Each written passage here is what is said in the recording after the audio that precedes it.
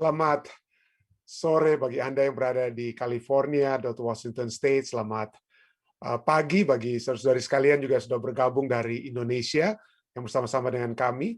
Dan juga selamat malam tentunya bagi umat Tuhan yang ada di New Jersey yang sudah berkumpul dan berbakti pada saat ini. Kita akan kembali mempelajari pelajaran sekolah sahabat kita. Tapi sebelum kita berdoa bersama yang akan dipimpin oleh ayah saya, mari kita mendengarkan satu lagu pujian yang akan ditampilkan oleh saudari Karen Nenggolan.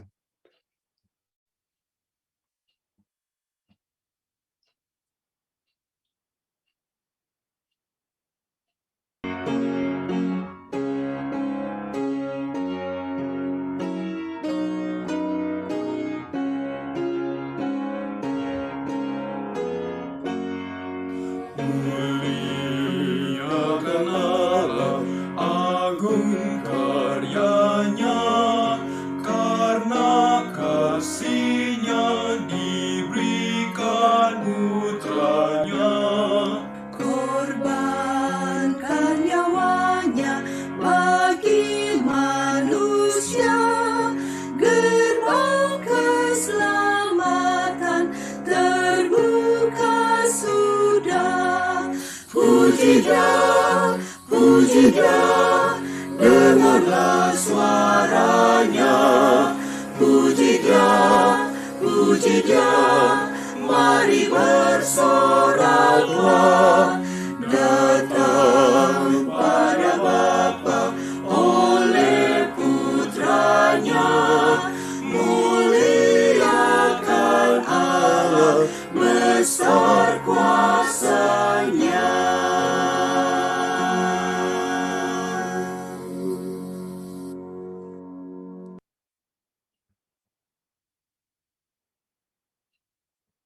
Bersyukur memuji nama Tuhan atas double trio yang saya percaya tadi dipimpin oleh Ibu Pendeta Sepang Mande. Ya. Kita puji Tuhan untuk lagu pujian tersebut. Mari kita memulaikan acara kita dengan doa. Silakan, Bi. Di-unmute dulu. Ya.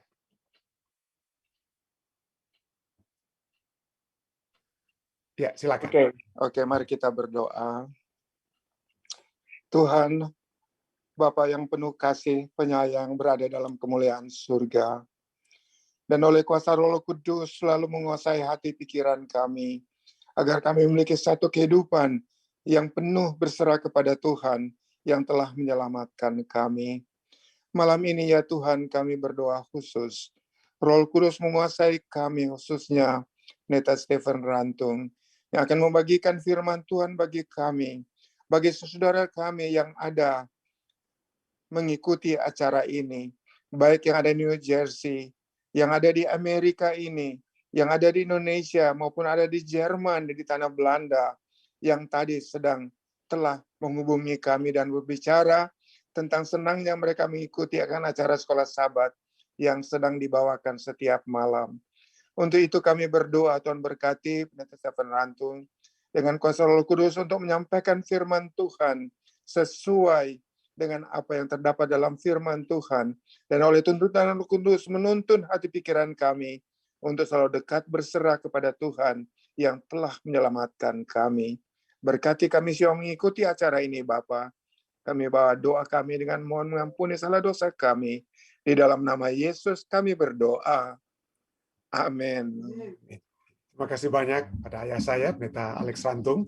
Ya baik saudara sekalian, seperti biasa kita akan mempelajari pelajaran sekolah sahabat yang akan saya bagikan. Dan pada malam hari ini, di hari Kamis tanggal 6 bulan Mei tahun 2021, kita akan membahas tentang orang Israel rohani. Jadi kita semua adalah benih Abraham, kita sudah bahas tentang di atas segala bangsa, lalu tanah perjanjian Israel, perjanjian umat sisa. Dan pada saat ini, kita akan membahas tentang orang Israel rohani, orang Israel rohani. Mari kita baca pelajaran kita. Apapun saja kesalahan dan kegagalan orang Israel kuno, Tuhan tidak mengakhiri rencana menciptakan satu umat yang melayani Dia. Tujuan-tujuan keselamatan bagi umat manusia selalu Tuhan usahakan, ya. Kenyataannya, perjanjian lama memandang pada satu saat ketika Tuhan akan menciptakan orang Israel rohani. Satu tubuh orang percaya yang setia, satu komunitas yang percaya yang setia. Orang Yahudi yang terdiri dari orang Yahudi dan bukan Yahudi yang akan melakukan pekerjaan mengkhotbahkan Injil kepada dunia. Selamat datang ke gereja mula-mula. Bacalah Galatia 3 ayatnya yang ke-26 sampai dengan 29. Untuk menjawab beberapa pertanyaan. Pertama, apakah janji yang Paulus bicarakan dalam ayat 29? Di dalam Galatia 3 ayat 29 sana dikatakan, dan jikalau kamu adalah milik Kristus, maka kamu juga adalah keturunan Abraham dan berhak menerima janji Allah. Jadi di sini adalah apa ya? Kita dapat menerima janji apa? Yang dipersiapkan bagi keturunan Abraham, yaitu janji Allah kepada keturunan Abraham. Dan pada saat kita menjadi milik Kristus, maka kita juga memperoleh janji tersebut. Lalu berikutnya, pertanyaan kedua. Apakah elemen kunci yang membuat seseorang menjadi pewaris janji-janji ini menurut Galatia 3 ayat 26? Sana dikatakan, sebab kamu semua adalah anak-anak Allah karena iman di dalam Yesus Kristus. Kita semua adalah anak-anak Allah. Bagaimana kita menjadi anak Allah? Oleh sebab iman, percaya di dalam Yesus Kristus. Mengapa? Pertanyaan ketiga. Mengapa Paulus merinci perbedaan jenis kelamin, kebangsaan, dan status sosial? Kenapa harus dia sebutkan? Ya, tentu saja karena orang-orang pada zaman dahulu ya seringkali itulah yang mereka bedakan satu dengan yang lain. Ya, dari suku mana, asal mana, bangsa mana, atau jenis kelamin apa, pria atau wanita, dan itu membeda-bedakan satu dengan yang lain. Tapi Rasul Paulus apa yang dia katakan dalam Galatia 3 ayat 27 sampai 28? Sana dikatakan, karena kamu semua yang dibaptis dalam Kristus telah mengenakan Kristus. Dalam hal ini tidak ada orang Yahudi atau orang Yunani, tidak ada hamba atau orang merdeka, tidak ada laki-laki atau perempuan, karena kamu semua adalah satu di dalam Kristus Yesus. Jadi yang kita harus utamakan bukan saya orang Ratahan, saya orang Manado, tapi saya anak Allah, tapi saya adalah anak Kristus dan kita semua satu di dalam Kristus. Jadi kita harus utamakan adalah bahwa kita adalah umat-umat Allah.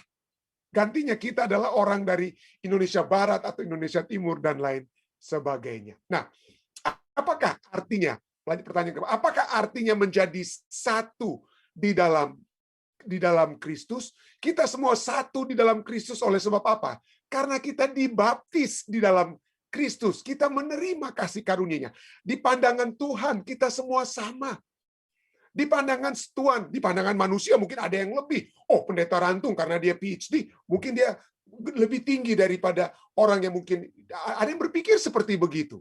Ya, bahwa ada yang membeda-bedakan, ada yang lebih tinggi, lebih rendah dari satu dengan lainnya. Tetapi Tuhan ada di atas surga. Dan pada saat Tuhan melihat kita di bawah, pada saat Tuhan, kalau Anda pernah melihat gambar misalnya kota Jakarta, bukan dari bawah, bukan dari tanah, tapi dari atas, ya, maka tidak ada yang membedakan gedung satu dengan gedung yang lain. Kalau dari tanah kita bisa melihat satu gedung lebih tinggi dari gedung lainnya. Tapi kalau dari atas, maka Jakarta itu semua itu sama semua. Gedung yang tertinggi dengan apa? Gedung yang terendah dengan apa? Dengan mobil yang besar atau truk besar itu seakan-akan sama tingginya kalau dari atas. Jadi tidak ada yang membedakan pada saat kita semua dibaptis di dalam Kristus. Kenapa? Kita semua orang berdosa. Bahwa pada saat kita menerima kasih karunia Allah dan dibaptis, maka di mata Tuhan kita semua adalah apa? Sinners saved by grace. Orang berdosa yang telah menerima rahmat Allah. Itulah sebabnya kita menjadi satu dalam Kristus. Pertanyaan kelima. Roma 4 ayat 16 dan 17. Bagaimanakah ayat-ayat ini menolong kita mengerti apa yang Paulus sedang bicarakan dalam Galatia 3 ayatnya yang ke-26 sampai 29? Roma 4 ayat 16 sampai 17 katakan apa? Karena itulah kebenaran berdasarkan iman kebenaran berdasarkan iman supaya merupakan kasih karunia, sehingga janji itu berlaku keturunan Abraham, bukan hanya bagi mereka yang hidup dari hukum Taurat, tetapi juga bagi mereka yang hidup dari iman Abraham. Sebab Abraham adalah bapa kita semua. Jadi kita pada saat kita dikatakan apa ya? pada saat kita menerima kasih karunia Allah berdasarkan iman, ya kepercayaan kita, keyakinan kita kepada kasih Allah dan kasih karunia-Nya, maka Bapa kita adalah siapa? Bapa kita adalah Abraham. Ayat 17 katakan apa? Seperti ada tertulis, engkau telah kutetapkan menjadi bapa banyak bangsa. Abraham, ya. Di hadapan Allah yang kepadanya ia percaya, kepadanya Abraham percaya, yaitu Allah yang menghidupkan orang mati dan yang menjadikan dengan firman-Nya apa yang tidak ada menjadi ada. Sebagai anak Abraham, Kristus menjadi dalam pengertian khusus pewaris janji perjanjian itu. Oleh baptisan kita memperoleh ikatan kekeluargaan dengan Kristus, dan melalui Kristus kita memperoleh hak untuk mengambil bagian dalam janji-janji yang dibuat kepada Abraham. Jadi semua yang dijanjikan Allah kepada Abraham ditemukan di dalam Kristus, ya. Ditemukan dalam Kristus, dan janji-janji itu menjadi milik kita. Bukan karena kebangsaan kita, bukan karena ras kita, atau jenis kelamin, tetapi melalui kasih karunia yang Allah karuniakan kepada kita melalui iman. Pena inspirasi di dalam Alfa dan Omega jilid 1 halaman 192 berkata, atau tertulis di sana, pemberian kepada Abraham dan benihnya mencakup bukan hanya tanah Kanaan, bukan hanya tanah Kanaan, tetapi seluruh bumi ini. Bukan seluruh bumi, itulah janji. Kamu kepada Abraham dan kepada keturunan benihnya akan memperoleh apa?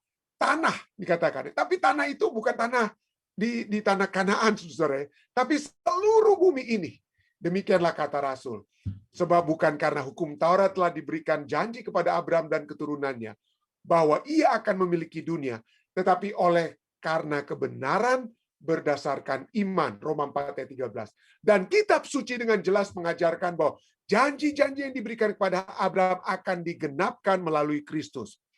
Umat percaya menjadi pewaris kepada satu pusaka yang tidak akan binasa dan tidak bercacat dan tiada akan layu. Yaitu apa itu? Bumi yang bebas dari kutuk dosa. Jadi yang kita miliki sekali lagi bukan tanah perjanjian di Kanaan, ya, Timur Tengah, tetapi seluruh bumi ini yang akan diperbaharui, yang mana bumi kita ini akan menjadi pusat alam semesta. Surga itu sendiri pun akan turun kepada apa ya? Pada bumi kita, dengan kita bisa lihat nantinya, ya. Itulah tertulis dari Alfa dan Omega. Dan janji ini, pelajaran sekolah sahabat simpulkan sebagai kata kalimat terakhirnya adalah janji ini akan digenapi secara literal, secara pasti, ya. Secara literal kepada orang-orang kudus yang tinggal di dunia baru selama-lamanya bersama dengan Kristus, seperti yang tertulis dalam Daniel 7 ayat 27. Saudara yang saya kasih, kita semua adalah apa, ya? Benih-benih Abraham. Kita adalah Israel rohani. Itulah, mari kita pelajari bersama pada malam hari ini. Apa itu artinya? Dan secara praktikal, apa arti Israel rohani itu bagi kita? Ya. Pelajaran sekolah sahabat kita membahas bahwa dengan judul tentang Israel rohani. Nah, di Alkitab tidak ada kata Israel rohani. Ya. Tidak ada kata spiritual Israel atau Israel rohani. Yang ada adalah Israel milik Allah atau Israel of God. Itulah yang sebabnya kata rohani itu, ya, seringkali banyak orang pikir, wah, ini orangnya rohani, ya, orangnya rohani. Seringkali kita melihat kerohanian seseorang itu dari apa yang kita lakukan, ya. Dari apa yang kita lakukan, oh aduh dia rohani, oleh sebab waduh dia berdoanya terus-menerus, dia bikin ini dan itu, waduh emang orangnya rohani betul. Bicaranya saja ayat-ayat Alkitab yang keluar dan lain sebagainya. Tetapi sesungguhnya arti kata rohani itu di dalam konteks Alkitab bukan tindakan-tindakan kita, tetapi pertama-tama, ya, tentu saja tindakan-tindakan itu penting, tetapi tindakan itu keluar dari satu pemahaman bahwa saudara dan saya adalah milik Allah. Jadi itu tindakan-tindakan kerohanian itu bukan keluar dari apa yang orang lihat saya lakukan, tetapi melalui apa yang kita lakukan oleh sebab kita adalah milik Allah. Kepemilikan kita adalah Allah. Allah yang telah menjadi apa? Tuhan kita. Allah yang telah menjadi pemilik kita, atau pelajaran kita yang lalu, Allah yang adalah suami kita. Dan pada saat kita menjadi orang rohani, itu tandanya kita adalah milik daripada Allah. Jadi segala kemuliaan, kepujian itu kembali kepada Allah, bukan karena saya memiliki tindakan-tindakan rohani. Jadi dengan kata lain, tidak ada kata Israel rohani, ya, tetapi yang dikatakan di dalam Alkitab adalah Israel sebagai milik Allah. Itulah arti daripada Israel rohani. Misalnya, Galatia 6 ayat 16 katakan apa? Dan semua orang yang memberi dirinya dipimpin oleh patokan ini, turunlah kiranya damai sejahtera dan rahmat atas mereka dan atas Israel milik Allah. Israel milik Allah, bahasa Inggrisnya upon the Israel of God. Israel yang dari Allah. Ya. Jadi segala sesuatu itu, Israel rohani, kerohanian kita itu oleh sebab berasal dari Allah. Bukan sesuatu yang kita lakukan supaya orang lihat. Tidak heran, agama Yesus Kristus adalah agama yang keluar dari dalam hati. Hati yang dikuasai oleh apa? Hormat, kepujian, kerinduan untuk memuliakan Tuhan. Itulah arti daripada Israel rohani, Israel yang adalah milik Allah. Nah, siapa saja yang disebut sebagai milik Allah atau Israel rohani di dalam perjanjian baru, dalam kitab perjanjian baru. Di dalam kitab perjanjian baru, kalau perjanjian lama tentu saja tidak ada kata Israel rohani, ya. Yang ada adalah Israel saja, ya, atau the remnant, kemudian ada muncul. Tetapi Israel rohani atau itu merujuk kepada umat Kristen yang percaya. Umat Kristen yang percaya. Tadinya kata-kata dari 1 Petrus 2 ayat 9 sampai 10 ini itu sudah diucapkan kepada orang-orang Israel yang keluar dari Mesir dalam kitab Keluaran pasal 19. Kita sudah sering pelajari hal ini. Sana dikatakan apa? Tetapi kamulah bangsa yang terpilih, imamat yang rajani, bangsa yang kudus, umat kepunyaan Allah sendiri, supaya kamu memberitakan perbuatan-perbuatan yang besar dari Dia yang telah memanggil kamu keluar dari kegelapan kepada terangnya yang ajaib. Kata-kata imamat yang rajani, bangsa yang terpilih, bangsa yang kudus, umat kepunyaan Allah, itu adalah merupakan apa yang sudah tertulis kepada orang Israel yang keluar dari Mesir. Tetapi sekarang di perjanjian baru, ini adalah bagi orang-orang Israel rohani, ya, umat-umat Kristen mula-mula yang keluar dari dosa, masuk kepada satu penerimaan kasih karunia Allah. Dan pada saat kita yang dengan iman menerima kasih karunia Allah, kitalah bangsa yang terpilih, imamat yang rajani, bangsa yang kudus, kepunyaan Allah sendiri. Supaya apa? Supaya kita memberitakan perbuatan-perbuatan yang besar dari Allah. Itulah sebabnya. Kemudian Rasul Petrus menambah dalam ayat 10. Kamu, dikatakan, kamu umat-umat Kristen. Kamu yang dahulu bukan umat Allah, tetapi yang sekarang telah menjadi umatnya. Yang dahulu tidak dikasihani, dahulu kamu bukan umat Allah. Ini Petrus juga berbicara kepada orang-orang Yunani, ya. Dikatakan apa? Dulu itu milik orang Israel, dulu itu milik orang Yahudi. Tetapi kamu sekarang, ya, yang dahulu tidak dikasih, tetapi sekarang telah beroleh belas kasihan. Jadi Israel rohani ini oleh sebab apa, ya? Oleh sebab kita memperoleh belas kasihan dari Allah, memperoleh rahmat-Nya. Dan pada saat kita memperoleh rahmat tersebut harus kita bagikan sehingga semakin banyak orang-orang yang datang kepada Yesus, semakin bagus, semakin bagus. Dan disinilah kita bisa melihat bahwa pada saat kita menerima Kristus, dikatakan apa? Galatia 3, 26 sampai 27 kita sudah baca, ya. Sebab kamu semua dikatakan apa? Anak-anak Allah karena iman dalam Yesus Kristus. Karena kamu semua yang dibaptis dalam Kristus telah mengenakan Kristus. Harus ada, ya, harus ada baptisan. Ya. Jika itu dapat dilakukan, ada orang yang mungkin tidak sempat, seperti pencuri yang berada di samping Yesus, ya, tidak sempat dibaptiskan mungkin, ya. Tetapi apabila masih dapat dilakukan, maka baptisan itu adalah satu apa? Satu tanda. Bukan itu yang menyelamatkan. Baptisan tidak menyelamatkan. Tetapi baptisan menandakan satu satu simbol. Pertama, bahwa kita mati dalam dosa, kita diselamkan ke dalam air seperti Yesus dikuburkan, ya. Dikuburkan. Lalu kemudian kita bangkit dari air, mati dari dosa-dosa kita dan dibangkitkan untuk satu hidup yang baru di dalam Kristus. Jadi penting sekali baptisan tersebut. Jangan katakan, aduh ya saya sudah percaya pendeta, ya udahlah, nggak apa-apa, terima sajalah saya pendeta, dosa saya dibaptiskan. Tapi saudara-saudaraku, baptisan ini sangat penting. Ya, itu menandakan kerelaan kita. Ya.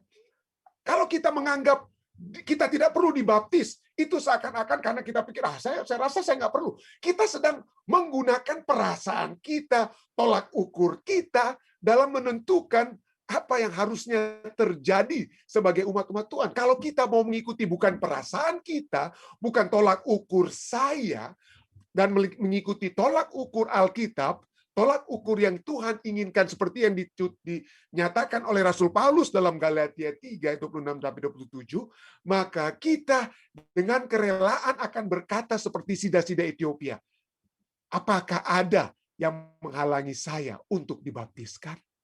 Jadi jangan kita pikir, saya sudah percaya, saya sudah memiliki iman, ya nggak perlulah saya dibaptiskan. Tidak. Kalau kita, Roh Kudus menggerakkan kita untuk dibaptiskan, berikanlah diri kita untuk dibaptiskan, karena itulah tanda kepada umum, ya, kepada surga bahwa kita menerima kasih karunia Allah, keselamatannya, dan kita telah memberikan diri kita dosa-dosa kita telah dikuburkan untuk kemudian kita bangkit melalui air dari dalam air tersebut kepada kehidupan Allah. Nah, itulah. Jadi penting sekali, ya. Dan disinilah pada saat setelah kita dibaptiskan, katakan firman Tuhan katakan apa? Kita disebut sebagai anak-anak Allah. Galatia 4 ayat 5 berulang kali, ya. Jadi katakan Galatia 4 ayat 5, ia diutus untuk menebus mereka yang takluk kepada hukum Taurat supaya kita diterima menjadi anak. Ya, bahasa Indonesianya coba kita lihat, ada sedikit masalah ya, tidak banyak tuh saudara, ya. Kenapa? Kalau bahasa Inggrisnya kita lihat, coba lihat ada perbedaan sedikit. Kalau Anda melihat apa yang tertulis di sini, ya, Anda akan bisa melihat ada perbedaannya. Galatians 4:5 dikatakan to redeem those who were under the law that we might receive the adoption as sons. Ada satu kata yang tidak tercantum di dalam bahasa Indonesia. Ini dari satu ayat ini, ya, Galatia 4 ayat 5. Mari kita lihat ayat lainnya. Efesus 1 ayat 5. Efesus 1 ayat 5, karena dikatakan dalam kasih ia telah menentukan kita dari semula oleh Yesus Kristus untuk menjadi anak-anaknya sesuai dengan kerelaan kehendaknya. Kerelaan kehendak Allah untuk menjadikan kita sebagai anak-anak Allah. Anak-anak Allah. Mari kita lihat dalam bahasa Alkitab, bahasa Inggris, dan nanti kita akan lihat dari bahasa aslinya, bahasa Yunani atau bahasa Greka. Efesus 1 ayat 5 katakan apa? He destined us for adoption as his children through Jesus Christ according to the good pleasure of his will. Ada kata apa lagi yang kurang di sini, saudara? Kata adopsi. Saya tidak tahu kenapa penerjemah Lembaga Alkitab Indonesia tidak menggunakan kata adopsi. Karena mungkin ada konotasi negatif mungkin, ya, di Indonesia sehubungan dengan kata adopsi. Kalau dibilang orang yang diadopsi, berarti kita seakan-akan seperti second class citizen, yaitu penduduk yang second class. Jadi kita seperti apa, ya? Tidak seperti anak asli. Ya, makanya kita seringkali mendengar apa, ya, cerita-cerita seperti Cinderella, anak yang disayang itu anak yang asli. Jadi seakan-akan mungkin Lembaga Alkitab Indonesia hilangkan kata adopsi karena kita semua adalah anak-anak Allah. Jangan seperti anak adopsi dalam konteks Indonesia. Tetapi mari kita lihat kata aslinya dari kata Yunaninya itu adalah dengan jelas adalah kata adopsi. Huio atau huiothesia. Huiothesia ini berasal dari dua kata, yaitu hios yang artinya son dan titemi yang berartinya to place as a son, diangkat menentukan sebagai anak. Kalau kita di sini, kalau Galatia 4 ayat 5 dan Efesus 1 ayat 5 hanya berbicara tentang anak, maka kata yang digunakan bukan huiothesia, tapi apa? Huioi. Huioi, itu saja. Jadi anak-anak itu artinya huioi. Itu artinya jamak plural daripada huios. Ya. Jadi tapi kata Yunaninya itu bukan huios atau huioi, tetapi apa? Huiothesia, artinya kita diadopsi, anak-anak adopsi. Nah, kenapa ini sangat penting? Untuk menerima, untuk memahami bahwa kita adalah anak-anak adopsi. Karena pandangan kita di Indonesia itu beda dengan pandangan di zaman Rasul Paulus, berbeda dengan pandangan di zaman Yesus tentang anak-anak yang diadopsi. Apa yang bedakan? Anak-anak yang diadopsi itu memiliki apa ya? Memiliki posisi hukum yang lebih tinggi daripada anak yang dilahirkan oleh seorang ibu. Kenapa? Kenapa lebih tinggi? Di dalam hukum Romawi, kalau Anda memiliki anak kandung Anda sendiri, lalu anak kandung Anda itu durhaka, Anda bisa melepaskan tanggung jawab finansial Anda terhadap anak kandung yang durhaka tersebut. Ya. Anda bisa apa? Anda bisa melepaskan dia dari apa? Surat warisan Anda. Dia bisa dikeluarkan dari apa? Surat warisan. Kenapa? Oh, dia itu anak durhaka. Ya. Dia anak yang sudah sangat durhaka. Ya. Dan Anda memiliki hukum. Kenapa? Karena menurut hukum Romawi, pada saat Anda melahirkan anak tersebut, Anda tidak punya pilihan selain melahirkan anak tersebut. Anda tidak punya pilihan dengan anak kandung Anda. Tetapi anak-anak yang Anda adopsi, Anda telah memilih anak tersebut dengan sematang-matangnya. Dengan Anda memang betul-betul memilih siapa yang Anda harus adopsi. Anda punya banyak pilihan.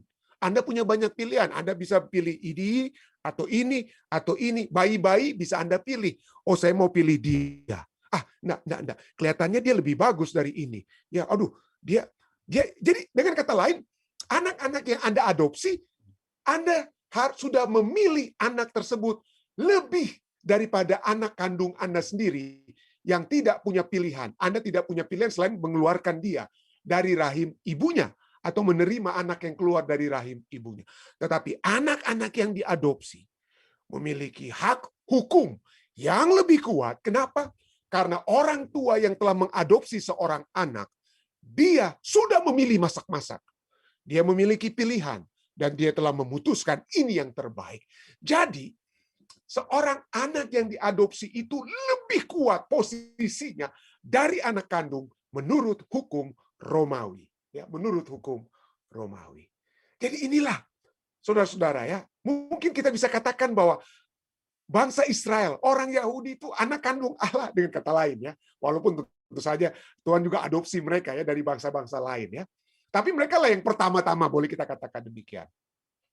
Tetapi kita adalah yang diadopsi ya. Kita telah menerima, Allah telah menentukan kita dari semula untuk menjadi anak-anak yang diadopsi Allah sesuai dengan kerelaan kehendaknya. Apa artinya bagi kita? Kalau kita melihat bahwa kita adalah anak-anak yang diadopsi oleh Allah. Allah telah mengangkat kita. Kita telah diterima. Oleh sebab iman kita percaya kepada Dia, menerima kasih karunia-Nya. Allah mengadopsi kita dan kita telah dibaptis, menyatakan kepercayaan kita, penerimaan kita, kematian atas dosa, kebangkitan bersama-sama dengan Kristus melalui baptisan. Apa implikasi-implikasi praktikal yang dapat kita lihat? Pertama, saya cuma bawa dua. Ya. Bagaimana unsur-unsur adopsi ini harus membawa satu keyakinan dalam diri kita. Keyakinan yang pertama adalah bahwa kita akan bersyukur dan memiliki kerendahan hati oleh sebab Allah yang mengadopsi kita. Nah, jadi kenapa ini satu hal yang penting ya? Karena kalau kita lihat seringkali, saya tidak pukul rata, tapi seringkali kita bisa melihat bahwa dalam satu keluarga, satu keluarga ya entah itu dari kisah-kisah ya yang mungkin kisah novel dan lain sebagainya. Umumnya anak yang diadopsi dengan anak kandung seringkali yang lebih bersyukur dan memiliki kerendahan hati itu yang mana, saudara? Yang mana? Yang diadopsi, ya. Seringkali yang memiliki rasa bersyukur dan kerendahan hati itu adalah anak-anak yang diadopsi. Waktu di Ethiopia, saya tidak usah sebutkan nama, ya, ada seorang teman misionaris yang mengambil, dia sudah punya satu orang anak kandung. Ya, dia sudah punya anak kandung, seorang wanita, tapi dia juga mengambil satu anak Ethiopia yang saat itu berumur 14 tahun. Nah, kenapa ini sangat penting saya sebutkan 14 tahun? Ini anak perempuan Ethiopia karena hukum di Ethiopia orphanage, rumah-rumah yatim piatu itu hanya boleh menanggung anak-anak itu sampai mereka berusia 16 tahun. Artinya, kalau mereka sudah mencapai 16 tahun, maka anak-anak itu harus keluar dari rumah-rumah yatim piatu, dan pada umumnya yang perempuan itu end up ujung-ujungnya kehidupan mereka itu hanya habis di jalanan, dan seringkali mereka menjadi prostitusi jalanan. Itu di Ethiopia. Jadi teman misionaris ini angkat anak Ethiopia, seorang gadis Ethiopia yang berusia 14 tahun, karena dia tahu 2 tahun lagi kalau tidak ada yang ambil anak yang sudah dewasa ini, maka anak ini akan berakhir kehidupannya itu di jalanan sebagai pelacur. Ya, bisa-bisa pada umumnya. Dan Anda tahu, dibawalah anak itu ke Amerika. Ya, anak itu ke Amerika. Waduh, berapa waktu lalu saya sempat berbicara dengan teman misionaris ini, ya, dan bercerita tentang anak-anaknya. Anda tahu siapa, boleh dengan kata lain ya, dari 2 anak ini, anak kandung dan anak yang diadopsi ini, ya, siapa yang dalam tanda kutip dalam bahasa manusianya jadi orang, ya, yang berbakti, yang sekarang jaga betul-betul orang tuanya, yang sayang sekali orang tuanya, ya, yang betul-betul mencintai orang tuanya. Anak yang asli kandung atau anak yang diadopsi, ya, yang menjadi anak yang betul-betul bersyukur, memiliki kerendahan hati, berbakti dan lain sebagainya adalah anak yang diadopsi ini. Ya, itulah karakteristik kita sebagai umat sisa, saudara. Seringkali ada orang yang berbicara, wah, kita ini umat sisa, kita yang mata Tuhan ada sama kita. Kita memiliki ketinggian hati gantinya, ya. Gantinya memiliki kerendahan hati. Kita berpikir kita lah yang sudah pasti selamat, kita yang lebih hebat daripada yang lainnya. Tidak. Sebagai umat sisa, sebagai anak-anak Allah yang sudah diadopsi, kita harus selalu memiliki sikap yang selalu bersyukur karena keselamatan yang Tuhan sudah berikan. Gantinya kita melihat diri kita lebih tinggi dari orang lain, merendahkan orang lain daripada diri kita yang kita tinggikan. Roma 6 ayat 17 katakan, tapi syukurlah kepada Allah, dahulu memang kamu hamba dosa, tetapi sekarang kamu dengan segenap hati telah mentaati pengajaran yang telah diteruskan kepadamu. Bersyukur. Roma 11 ayat 5, demikian juga pada waktu ini ada tinggal suatu sisa. Menurut pilihan kasih karunia, kita hanya bisa bersyukur dan memiliki kerendahan hati karena kita hidup, pemahaman kita, pengetahuan saya dan saudara, itu oleh sebab kasih karunia Tuhan. Jangan kita bermegah dengan diri kita. Jangan kita bermegah, ini saya ini lebih jago dari saudara-saudara, dan ya kita ini umat sisa dari umat sisa. Ada kalanya umat-umat yang memiliki teologi tertentu yang merasa lebih hebat daripada umat-umat yang lainnya dan memegahkan diri mereka. Marilah sebagai anak-anak yang diadopsi Allah, kita selalu memiliki sikap bersyukur dan kerendahan hati. Dan berikutnya berhubungan dengan hal ini hanya 2, saudara. Yang kedua, kita juga menjangkau sesama kita di dalam kasih. Ya, menjangkau, jangan menjangkau dengan apa?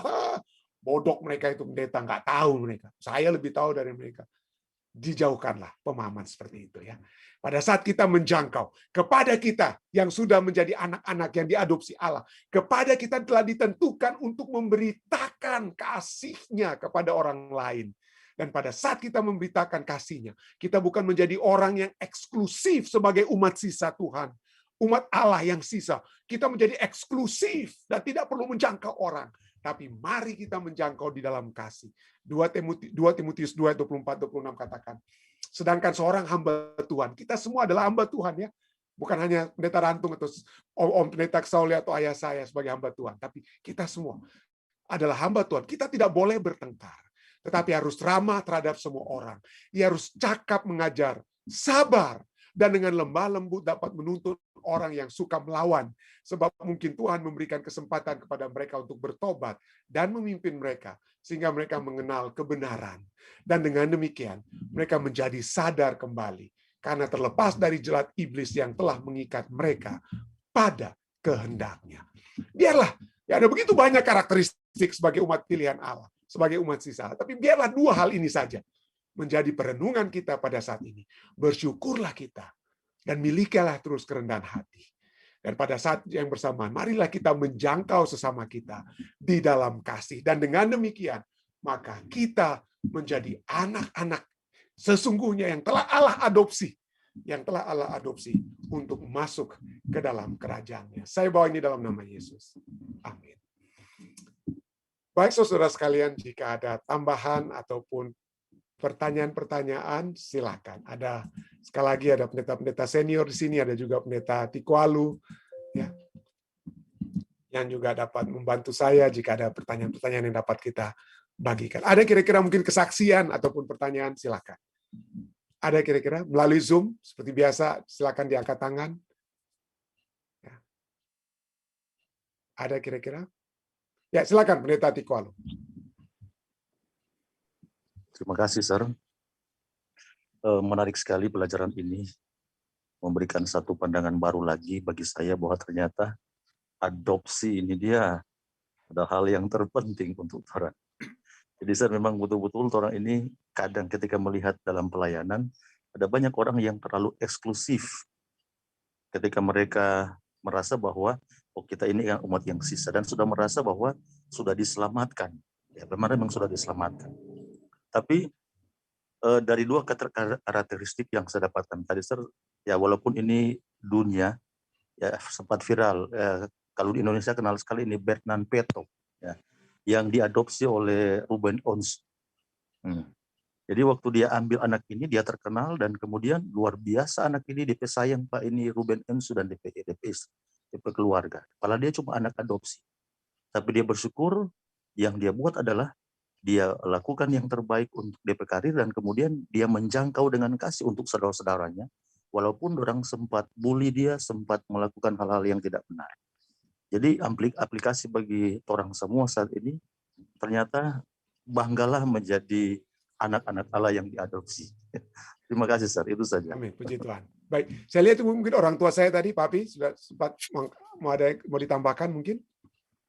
Oh, ya. Terima kasih, pendeta Tikualu. Ya, Memang kalau kita lihat keadaan lalu sampai sekarang ini, banyak termasuk pendeta-pendeta yang menonjolkan bahwa dialah yang terbaik. Papi masih ingat, saya masih ingat, saya kan dididik di Uni Barat, kerja banyak di Uni Barat, jadi ketua di Timur, Kalimantan, Jakarta, Uni Barat. Akhirnya jadi ketua Uni Timur.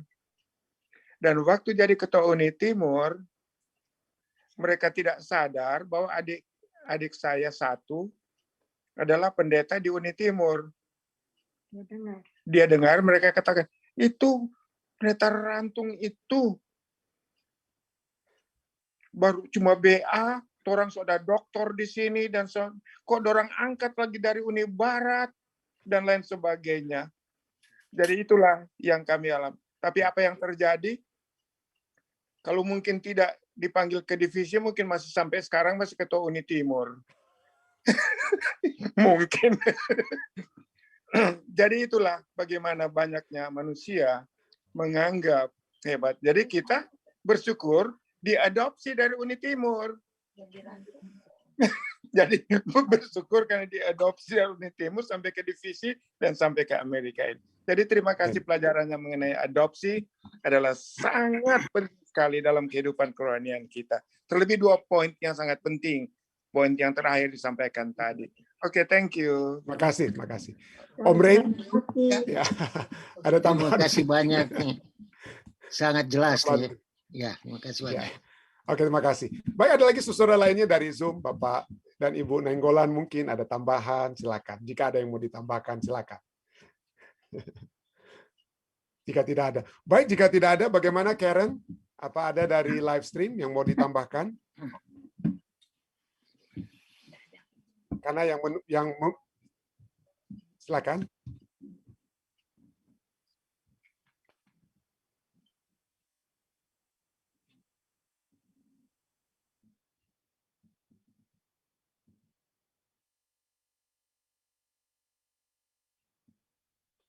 Jadi di dalam Alkitab tidak apa ya. Pertama-tama kita lihat bahwa di dalam Alkitab tidak melarang ada baptisan yang kedua. Ya, kita tahu ada pada saat di kitab Rasul-Rasul, saya tidak memiliki apa ya, ayat-ayat yang dapat saya secara spesifik, tapi saya tahu ayat-ayatnya ada yang menyatakan pada saat mereka tiba di satu tempat lalu mereka katakan, oh kamu sudah pernah dibaptis? Oh ya, kami sudah dibaptis dengan baptisan Yohanes, tapi kami lalu ditanya apakah kalian sudah memiliki baptisan Roh Kudus? Tapi mereka oh belum. Oke, oleh sebab itulah mereka diberi diri mereka dibaptis di baptisan yang kedua. Jadi dengan kata lain di Alkitab berbicara tentang apa ya? Baptisan yang dapat dilakukan bukan hanya satu kali saja ya. Tapi poinnya adalah bahwa kita itu adalah satu pergerakan Roh Kudus yang akan menuntun kehidupan kita. Ada hal-hal di dalam peraturan gereja kita, misalnya ada hal-hal yang menyebabkan seseorang harus dibaptiskan kembali ya. Ada hal tersebut dan juga dapat kita lakukan juga adalah bahwa perjamuan suci itu juga adalah kita punya dapat disebutkan sebagai the covenant renewal. Kita bisa apa ya? Kembali apa ya? Membawakan satu perjanjian kita untuk kembali setia kepada Tuhan. Tapi sekali lagi ya, itu tergantung bisikan Roh Kudus. Mari saya mengundang kita yang memiliki pertanyaan seperti ini, mari kita berdoa dan berpuasa secara khusus dan mendengar bisikan Roh Kudus. Kenapa? Karena jangan sampai ini ada orang yang mungkin pikir, aduh, kalau setiap ada dosa lalu kita harus berbaptis dan lain sebagainya, nanti akibatnya itu tidak memiliki makna lagi. Ya, jadi kita seakan-akan baptisan itu tidak lagi memiliki satu makna karena sudah berulang-ulang terus-menerus dilakukan. Tapi pada saat yang bersamaan, marilah kita berdoa dan berpuasa secara pribadi, ya. Dan kita sudah melihat keadaan kita. Dan jika memang Roh menggerakkan kita untuk dibaptiskan kembali, tidak ada peraturan yang melarang. Tidak ada peraturan yang melarang saudara atau saudara dan saya untuk mendapatkan baptisan kembali. Jadi biarlah Roh Kudus yang akan berbicara ke dalam hati kita untuk menentukan apakah kita mau untuk dibaptiskan kembali. Terima kasih Saudari Yanti Octavia ya, yang sudah membawakan pertanyaan tersebut. Terima kasih. Kiranya Tuhan menyertai Anda. Ada lagi yang lain, Karen?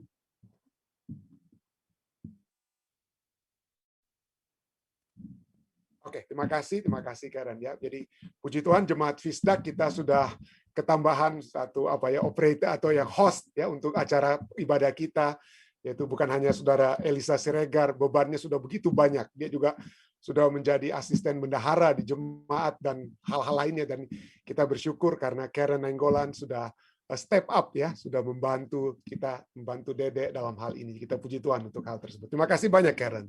Terima kasih. Baik, jika tidak ada, mari kita masuk bagian kedua acara ibadah kita, yaitu doa-doa kita. Jika ada yang ingin didoakan, silakan melalui Zoom, mungkin yang dapat saya lihat lebih dahulu. Ada kira-kira hal lain mau didoakan, silakan. Ya, kami akan terus tentunya doakan saudara yang saya tahu dalam proses-proses kesembuhan seperti Pendeta Tikwalu ya. Ya, oke, silakan Pendeta.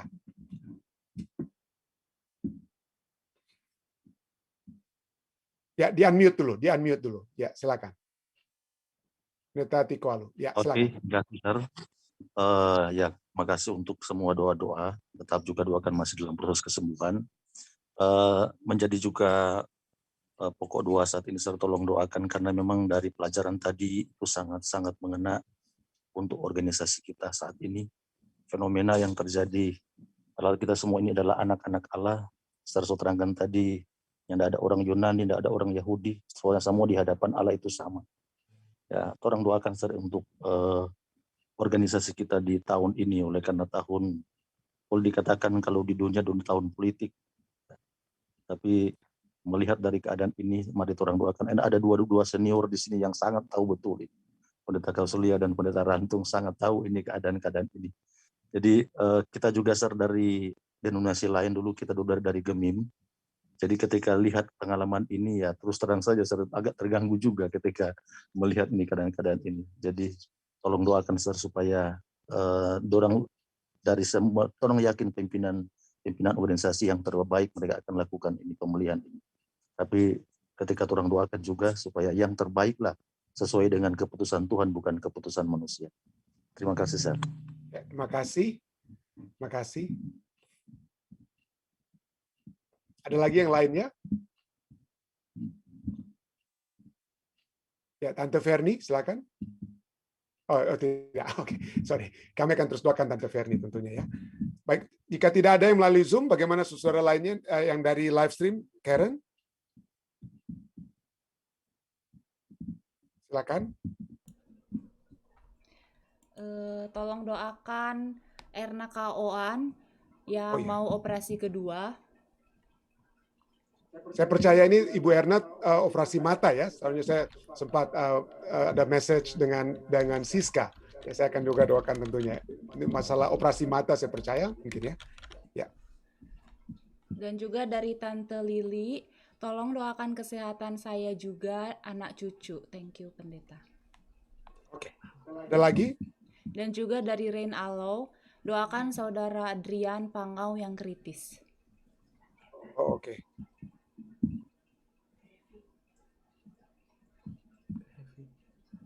Ada lagi? Ya, silakan. Oh, Tante Fern, silakan Tante. Kalau mau itu, di unmute dulu. Oke, Pendeta. Besok tolong didoakan dia quarter akhir untuk keputusan anaknya. Biar Tuhan boleh memberikan keputusan yang seadil-adilnya untuk dia sebagai ibu. Dia merasa kehilangan anaknya kalau sampai dia tidak dapat kemenangan. Jadi dan apalagi untuk ajar anak-anak di dalam Tuhan. Karena kalau dengan bapaknya sudah bertahun-tahun tidak ke gereja. Jadi tolong didoakan. Pertama. Kedua, Tante Verni nanti bulan depan tanggal 11 mau dioperasi. Kaki di replace lututnya. Tolong didoakan. Ya, cuman itu. Terima kasih Pendeta. Terima kasih Tante. Ada lagi yang lainnya, saudara lainnya? Jika tidak ada, mari kita. Oh, silakan. Sorry.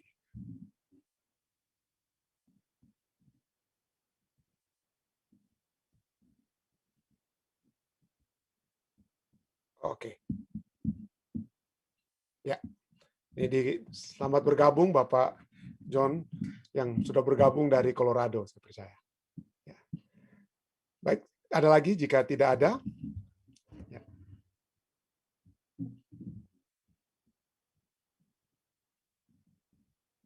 Oh, Tante Eta ya. Eta Londa. Ya.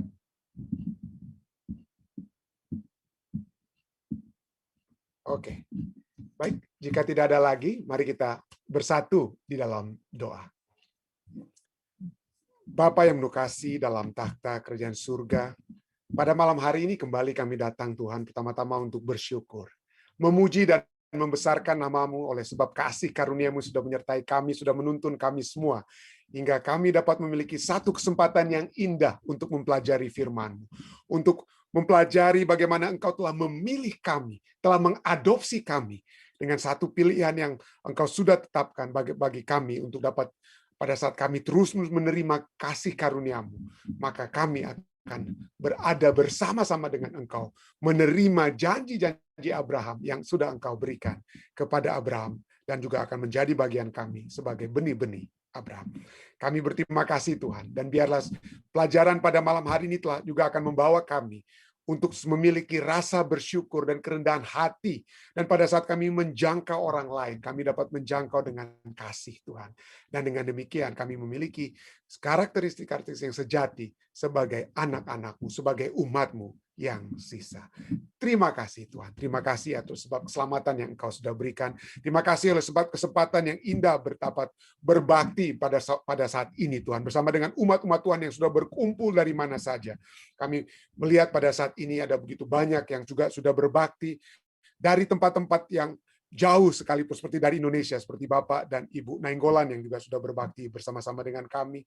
Dari California, seperti Marcella dan Ibu Saudari Lucy dan Tante Yulin yang juga sudah berbakti bersama-sama kami. Kami berdoa Tuhan, kiranya Tuhan akan selalu memberikan rahmat dan kasih-Mu yang dapat menjadi bagian seluruh umat-umat Tuhan yang sudah datang berbakti pada saat ini. Juga orang-orang tua kami, bagi ayah dan ibu hamba-Mu Tuhan, bagi Om Rain dan Tante Evelyn, juga khususnya bagi hamba Tuhan Pendeta Tikwalu yang juga sudah berbakti dari Indonesia. Kami berdoa Tuhan, kiranya kesembuhan dari surga akan selalu menjadi bagian Pendeta Tikwalu. Dan pada saat ini kami juga membawakan permohonan beliau Tuhan, pada tahun ini dengan adanya pemilihan, kiranya Tuhan akan menuntun umat-umat Tuhan yang ada khususnya di Indonesia, khususnya organisasi gereja Tuhan. Kiranya dalam segala sesuatu yang akan terjadi hanya karena campur tangan surga sajalah, hanya karena Tuhan yang masih menguasai hati dan pikiran semua yang akan menjalani proses pemilihan pada tahun ini. Tuhan, terima kasih Tuhan, karena kami tetap percaya Engkau yang adalah Allah yang berkuasa. Pada saat ini juga kami juga bersyukur Tante Ferni yang dapat berbakti bersama-sama kami dari Washington State Tuhan. Kami berdoa kiranya Tuhan akan menuntun dia kehidupannya, kehidupan anak-anak dan cucu-cucunya, khususnya cucu yang ada di California dalam masalah yang ada dalam kehidupan keluarga mereka. Kami berdoa Tuhan kiranya cucu-cucu ini Tuhan dapat memiliki kekuatan untuk dapat terus disatukan dengan ibu mereka, dapat memiliki pendidikan yang terbaik yang dapat terjadi, khususnya pendidikan kerohanian yang membawa mereka lebih dekat kepada Tuhan. Hamba-Mu juga berdoa bagi Tante Ferni dalam upaya bulan depan untuk mendapatkan operasi kakinya Tuhan. Kami berdoa kiranya itu akan berjalan sesuai dengan kehendak Tuhan. Kami juga berdoa bagi Ibu Erna Kawan yang juga sudah akan menjalani operasi mata yang kedua. Kami berdoa Tuhan kiranya hanya kesuksesan dari surga sajalah akan menjadi bahagian Ibu Erna. Kami berdoa kiranya kesetiaannya yang selalu dekat dengan Tuhan, Tuhan akan selalu mendengar tentu saja permohonan-permohonannya. Bukan hanya bagi dia, tapi juga bagi adik-adiknya. Hamba-Mu ingin terus berdoa bagi Saudara Joni Kawan dan juga Saudari Siska Kawan. Kami berdoa Tuhan kiranya kesehatan dari surga akan menjadi bagian Siska, dan sehingga dia akan selalu bersuka cita oleh sebab penyertaan surga yang sudah menjadi bagian Siska. Pada saat ini juga Tuhan kami ingin berdoa bersama-sama dengan Tante Lili Pinontoan bagi anak-anak dan bagi cucu-cucunya. Kami berdoa kiranya Tuhan selalu teguhkan hati Tante Lili. Walaupun dia terpisah saat ini dengan kami, terpisah bahkan tidak dapat bertemu dengan anak-anak dan cucunya sebab dia berada di tempat rehabilitasi. Tapi kami berdoa Tuhan kiranya kedekatan dengan Tuhan itu melebihi segala yang manusia dapat lakukan kepadanya. Dengan kedekatan tersebut dia akan dihangatkan dengan kasih surga dan selalu memiliki kekuatan iman yang kuat. Dan juga rancangan-rancangan surga dapat terjadi kepada Tante Lili. Rencana-rencana untuk kembali ke Indonesia untuk berkunjung, bertemu dengan Glenn dan Tina tentunya menjadi satu sukacita yang besar bagi Tante Lili. Hamba-Mu juga berdoa bersama-sama dengan Pendeta Rain Alo. Kami ingin berdoa bagi Saudara Adrian Pangau Tuhan yang dalam keadaan kritis saat ini. Kami berdoa Tuhan, jika Tuhan berkehendak, tentunya jamaah surga dapat menjadi bahagiannya. Kami juga terus berdoa bagi Tante Yeni Poluan. Kami juga ingin terus berdoa bagi Saudari Christine Rotin Sulu. Kami juga ingin terus berdoa bagi Saudara Bapak Alden, Bapak Johan Tambuun, Saudara Daniel Sitanggang, dan saudara-saudara kami yang lainnya. Kami berdoa kiranya kekuatan surga akan selalu menjadi bagian mereka. Hamba-Mu juga ingin secara khusus berdoa bagi umat-umat Tuhan yang ada di Colorado, yang dapat hamba sebutkan, misalnya Saudari Ellen, Tuhan.